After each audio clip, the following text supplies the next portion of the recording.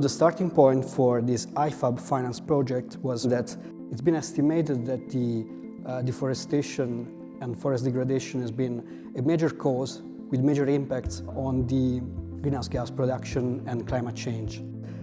Almost 20% of greenhouse gas emission were provided by forest degradation and deforestation.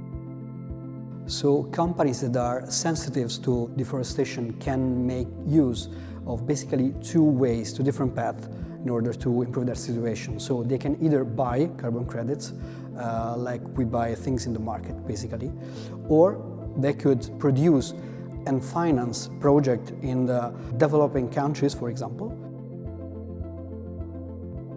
The Forestry Analyzer project helps when companies or governments want to be active actors of this game. So if they want to actually create new carbon credits, if they want actually to produce improvements, for us was very important to provide tools for decision maker to monitor and control certain geographical area to understand where is more suitable to start a REDD+ project, for example.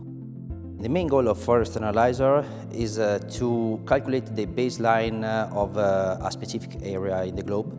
And in this way we can have an actual photography of the health of the forest. So if there are some kind of process of deforestation or forest degradation. Then with the machine learning and deep learning algorithm, it's possible to know the future trend of this process of forest degradation and deforestation, the quantity of the carbon if nothing is done in this area in the future. In the Forestry Analysis project, we made the choice to use the Copernicus data. Copernicus mission is an European mission of Earth observation with the Sentinel satellite. It provides several indicators for forest, for the ocean, for the atmosphere. So secondary data, a product from primary observation.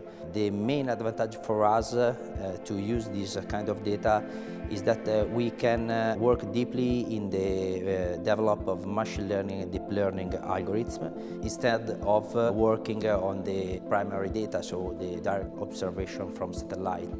The Forestry Analyzer project is very important because if you think about what's been set as a goal by COP26, it's actually a very challenging kind of scenario. We need to cut by 55% the greenhouse emission by 2030, and we need to go neutral, carbon neutral, which means to have a net balance of zero between green gas emission and what we can absorb in terms of greenhouse gas by 2050.